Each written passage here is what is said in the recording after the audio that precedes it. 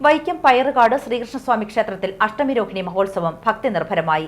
പുലർച്ചെ നടന്ന അഷ്ടമിരോഹിണി ദർശനത്തിലും ദർശന പ്രാധാന്യമുള്ള മധ്യാഹ്ന പൂജയിലും ഭക്തരുടെ അഭൂതപൂർവമായ തിരക്കാണ് അനുഭവപ്പെട്ടത്.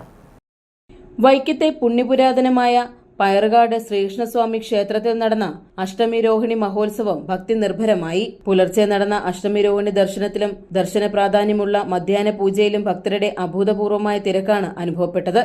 തുടർന്ന് പാൽക്കുടവരവ്, ദർശന പ്രാധാന്യമുള്ള ഭഗവാന്റെ സ്വധാമപ്രാപ്തി, സർവൈശ്വര്യ പൂജ, നാരായണീയ പാരായണം, വിളക്കുവയ്പ് തുടങ്ങിയവയും നടന്നു.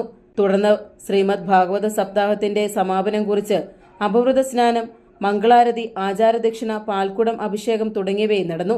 ക്ഷേത്രാങ്കണത്തിൽ അമ്പാടിയെ അനുസ്മരിച്ച് നടത്തിയ ഉറിയടിയിൽ നിരവധി ഉണ്ണിക്കണ്ണന്മാരും ഗോപികമാരും പാൽക്കുടം മുടച്ചു. കുരുന്നുകളുടെ ഉറിയടി കാണാനായി വൻ ജനാവലിയും ക്ഷേത്രാങ്കണത്തിൽ എത്തിയിരുന്നു. തുടർന്ന് നടന്ന ജന്മാഷ്ടമി സദ്യയിൽ നൂറുകണക്കിന് ഭക്തരാണ് പങ്കെടുത്തത്.